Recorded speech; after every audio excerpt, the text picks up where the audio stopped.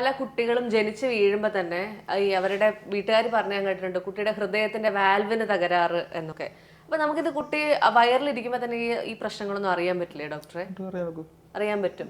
അപ്പൊ അപ്പോഴേ നമുക്ക് അതിനൊരു പരിഹാരം കണ്ടെത്താൻ പറ്റില്ലേ? ഫീറ്റൽ എക്കോയിൽ പലതരം വയലിനസും കണ്ടുപിടിക്കാൻ നോക്കും. പക്ഷെ പലതും ഈ ജനിച്ചു കഴിഞ്ഞതിന് ശേഷം സെൽഫ് ലിമിറ്റിക് ആയിരിക്കും. പ്രോഗ്രസ് ചെയ്യാത്ത കുറെ സിറ്റുവേഷൻസ് ഉണ്ട്. അതൊന്നും ചെയ്യേണ്ടി വരത്തില്ല.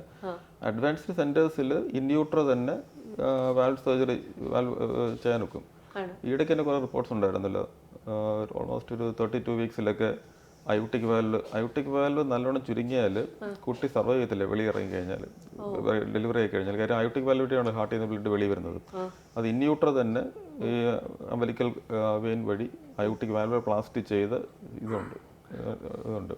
അല്ല, അപ്പൊ എന്തുകൊണ്ടാണ് ഇങ്ങനെ ഹൃദയത്തിന്റെ വാൽവിന് തകരാറ് ഉണ്ടാകുന്നത്? അമ്മയ്ക്ക് എന്തെങ്കിലും കൃത്യമായ പോഷകം കിട്ടാത്തതുകൊണ്ടാണോ, അമ്മയിലൂടെ കുട്ടിക്ക് കിട്ടാതെ, ഇങ്ങനെ എന്തെങ്കിലും കാരണങ്ങളുണ്ടോ? മോർ ജനറ്റിക് ആണ്. അല്ലെ അങ്ങനെ ഒരു ഹെറിറ്ററി എന്ന് പറയാൻ ഹെറിറ്ററി ഉണ്ട്. ഹെറിറ്ററിക്കാളും കൂടുതൽ ജനറ്റിക് തന്നെയാണ്. അമ്മയുടെ കുഴപ്പം കൊണ്ടാണെന്ന് എനിക്ക് തോന്നുന്നില്ല. അത് ജന്മന എംബ്രിയോളജിക്കലി ഡെവലപ്മെന്റ് സമയത്ത് വരുന്ന സിറ്റുവേഷൻ കാരണം വരുന്നതാണ്. അപ്പൊ ഈ ഹൃദയത്തിന്റെ വാൽവിന് തകരാറായിട്ട് ഉണ്ടാകുന്ന കുട്ടികളെ ഒരു 85% അല്ലെങ്കിൽ 90% നമുക്ക് രക്ഷപ്പെടുത്താൻ പറ്റുന്നതാണോ? അത് ഡിപ്പെൻസ്. ഇതൊരു ഈസിലി ട്രീറ്റബിൾ ആയ ഒരു സിമ്പിൾ വാൽവ് മാത്രം ചുരുങ്ങിയിരിക്കുവാണെങ്കിൽ ഈസി ആയിട്ട് രക്ഷപ്പെടുത്താൻ പറ്റും. പക്ഷെ കോംപ്ലിക്കേറ്റഡ് ഈ അശുദ്ധരക്തം ശുദ്ധരക്തം മിക്സ് ചെയ്യുന്ന കോംപ്ലിക്കേറ്റഡ് സാധനങ്ങൾ ഒരു 100% ബുദ്ധിമുട്ടായിരിക്കും. ഒരു പാലിയേറ്റീവ് ട്രീറ്റ്മെൻറ്റ് വെക്കും.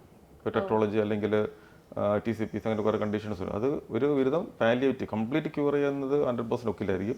എന്നാലും പണ്ടത്തെക്കാളും സർവൈവൽ കിട്ടുന്നുണ്ട് ഇപ്പോൾ അങ്ങനെയുള്ള കേസിൽ. അത് ഇമ്മീഡിയറ്റ് തന്നെ ചിലപ്പോൾ സർജറി ചെയ്യേണ്ടി വരാം. ഡെലിവറി കഴിഞ്ഞ ഉടനെ ചിലപ്പോൾ TG എന്ന് പറയുന്ന കേസുകളൊക്കെ ഉണ്ട്. ഇമ്മീഡിയറ്റ് തന്നെ ചെയ്യേണ്ടി വരും. ഫസ്റ്റ് ഡേ സെക്കൻഡ് ഡേ തന്നെ ചെയ്യേണ്ടി വരും ആഫ്റ്റർ ഡെലിവറി. നമുക്ക് നല്ല സർവൈവൽ കിട്ടും.